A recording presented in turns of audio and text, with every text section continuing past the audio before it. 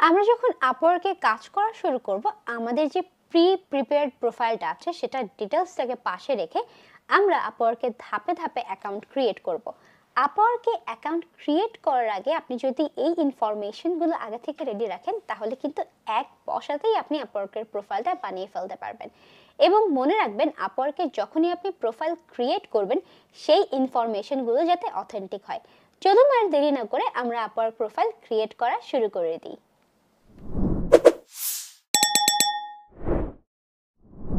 আমরা যখনই আপওয়ার্কে কাজ করব, আমাদেরকে একটু অ্যাডভান্স লেভেলের চিন্তা ভাবনা করতে হবে।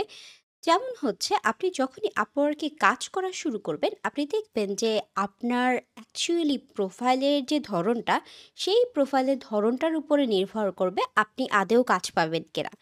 আমি আশা করছি যে আপনারা আগে স্কিল সেকশনের ভিডিওগুলো দেখে এসেছেন। যদি আপনারা না দেখে থাকেন এবং তারপরে আপওয়ার্কে অ্যাকাউন্ট ক্রিয়েট করতে আসেন একটা এনাফ অ্যামাউন্ট অফ টাইম না দিয়ে, তাহলে কিন্তু আপনি স্কিলের দিক থেকে উইক থেকে যাবেন। সো আপনি স্কিলের দিক থেকে উইক না থেকে স্কিলটা যখন একদম পারফেক্ট হয়ে যাবে, দেন আপনি যাবেন হচ্ছে প্রিপারেশন অফ আপওয়ার্ক প্রোফাইলে। এখন আপওয়ার্ক প্রোফাইল ক্রিয়েট করার সময় আপনাকে অনেক কিছু মাথায় রাখতে হবে। প্রথমত, আপনার যে নামটা রয়েছে সেটা আপনার এনআইডি অথবা আপনার পাসপোর্ট অনুসারে হতে হবে, যাতে আপনি যখনই কোনো ভেরিফিকেশনে পড়েন তখন যাতে আপনার এই ভেরিফিকেশনটা কমপ্লিট হয়। এবং আপওয়ার্ক প্রোফাইলে অনেকেই এই জিনিসটা ভুল করে থাকে যে আপওয়ার্ক প্রোফাইলে একটা পার্সেন্টেজ আছে শুরুতে। আপনি যখন প্রোফাইল ক্রিয়েট করতে যাবেন, আপনার এক একটা ধাপ শেষ হবে এবং আপনার পার্সেন্টেজ বাড়তে থাকবে।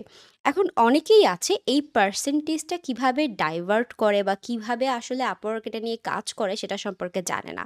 তো এর জন্যই আসলে আগে থেকেই আপনাদেরকে এই জিনিসগুলো জানতে হবে। তো এইরকম যে ডকুমেন্টটা আছে, এরকম একটা ডকুমেন্ট আপনাকে বানাতে হবে এবং আপনি এখানে আপনার নাম, আপনি কোন ক্যাটাগরিতে কাজ করবেন সেই ক্যাটাগরিটা আপনাকে অ্যানালিস্ট করতে হবে। তো আমরা এর আগেও আপনাদেরকে বলেছি বা এখন আবার বলছি যে আপনি যখনই কাজ করবেন, আপনার নাম এবং আপনার যে প্রোফাইলের টাইটেলটা হবে, যে নিশে কাজ করবেন সেই একটা নিশেই কাজ করবেন। আপনি একটা প্রোফাইল দিয়ে মাল্টিপল নিশে কাজ করবেন না। কারণ তাতে করে দেখা যায় যে ক্লায়েন্টের ট্রাস্ট কমে যায়। সো আপনি যদি কনটেন্ট রাইটার হিসেবে কাজ করেন, আপনার নিশটাই হবে কনটেন্ট রাইটিংয়ে। আপনি যদি ভার্চুয়াল অ্যাসিস্ট্যান্ট হিসেবে কাজ করেন, আপনার নিশটাই হবে ভার্চুয়াল অ্যাসিস্ট্যান্টে। আপনি যদি অন্য কোনো ক্যাটাগরিতে কাজ করেন, ডেফিনিটলি আপনার ওই নিশটাতেই কাজ করতে হবে। এরপরে আপনাকে আওয়ারলি রেটটা ডিসাইড করতে হবে। অনেকেই স্টার্ট করে যে $5 দিয়ে, $6 দিয়ে। বাট আপনার কাজের কোয়ালিটি বা আপনি স্কিলে যদি ভালো হন, তাহলে ডোন্ট পুট দ্যাট। আপনি $10 এর উপরে প্রথমে আপনার প্রোফাইলের রেটিং এইখানে আওয়ারলি রেটটা দিবেন। এরপরে পরের পার্টটা হচ্ছে আপনার ওভারভিউ লেখা। সো এই ওভারভিউ লেখা নিয়ে আপনাকে আসলে অনেক টিউটোরিয়ালস দেখা লাগবে। পাশাপাশি আপনি অনেক ওভারভিউ স্যাম্পল দেখবেন। আমরা একটা আপওয়ার্ক প্রোফাইলে যাই, আমরা আপওয়ার্কে যাই এবং আপওয়ার্কে যেয়ে ট্যালেন্টে যাই। ট্যালেন্টে যেয়ে ধরেন আমরা একজন কনটেন্ট রাইটারের প্রোফাইল সার্চ করি। সো ধরুন আপনি কনটেন্ট রাইটার হিসেবে কাজ করতে চাচ্ছেন আপওয়ার্কে। তো আপনি যখনই কনটেন্ট রাইটার হিসেবে কাজ করতে যাবেন, আপনাকে আসলে তাদেরকেই টার্গেট করতে হবে যারা হচ্ছে এখানে সাকসেসফুলি কাজ করছে। তো আমি জব সাকসেস যে রেটিংটা আছে সেটা 90% এর উপরে দিয়ে দিলাম।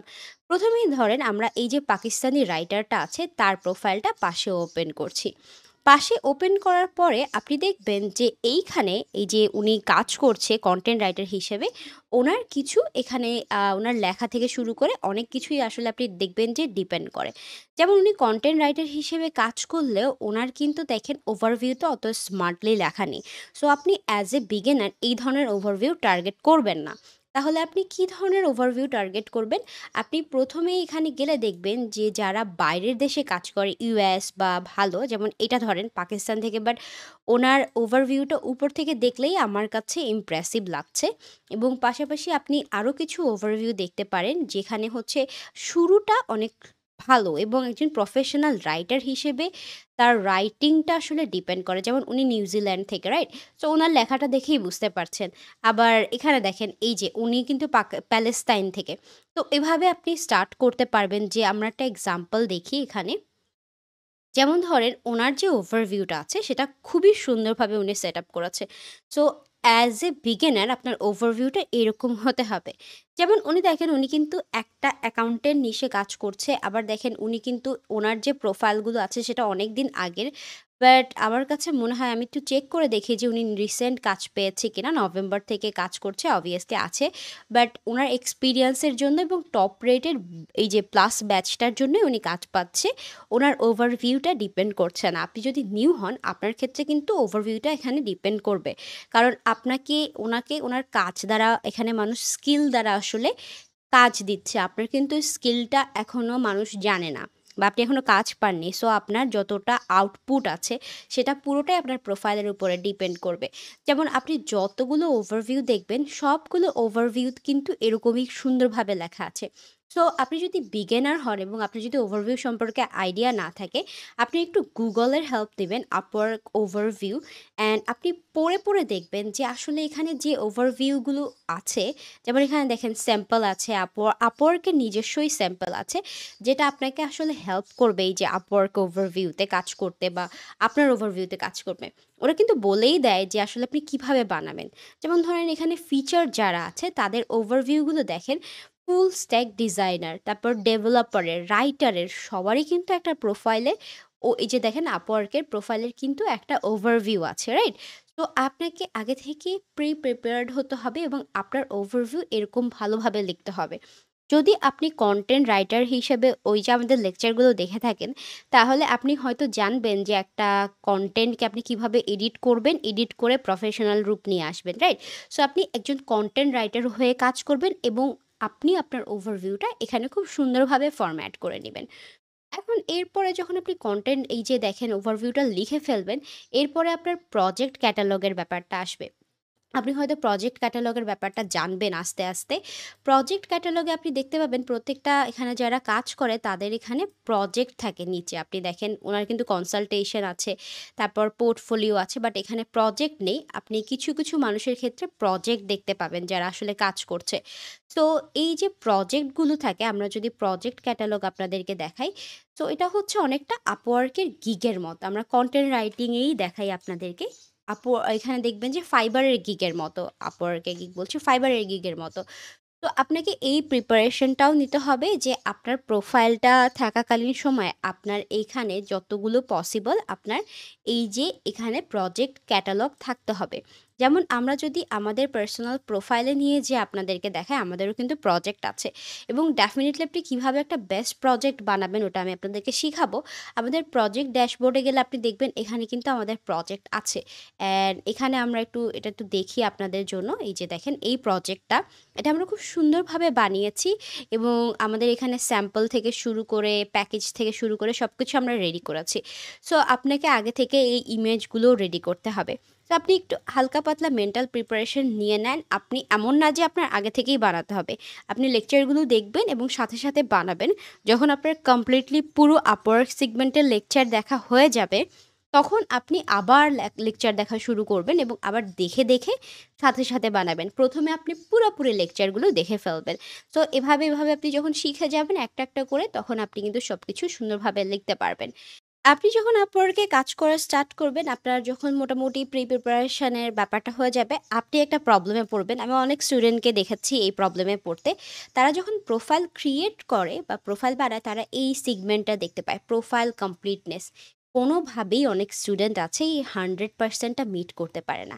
এখন কারণ হচ্ছে এরা জানে না যে কোনটাতে আসলে কত পার্সেন্টেজ। এটা আপনি কিন্তু Upwork এ বা Google এ যেয়ে সার্চ করলেই পারবেন যে 100% Upwork প্রোফাইল এরকম সার্চ করলেই আপনি কিন্তু এই সেগমেন্টটাতে চলে আসবেন। আমরা কিন্তু সেটাই সার্চ করেছিলাম। দেখেন এখানে 100% প্রোফাইল অন Upwork। সো এটাতে সার্চ করলেই আপনি কিন্তু পেয়ে যাবেন এই সেগমেন্টটা। যখনই আপনি এই সেগমেন্টটা পাবেন, এটা থেকে আপনার কি শেখার আছে আমি বলি আপনাদেরকে। সেটা হচ্ছে দেখেন, আপনার 50% কমপ্লিট হয় এখানে Upwork এ আপনার প্রোফাইল ফটো, ওভারভিউ, একটা এমপ্লয়মেন্ট হিস্ট্রি এবং একটা ট্যাগ দিয়ে, স্কিল ট্যাগ দিয়ে। এটাতে আপনার 50% হয়ে যাবে। এরপরে আপনার আদার্স যে 50% আছে সেগুলো হচ্ছে এইভাবে আসে যে আপনি যদি একটা পোর্টফোলিও দেন, আপনার 50% হয়ে গেল। একটা পোর্টফোলিও দিলে আপনি 5% পাবেন।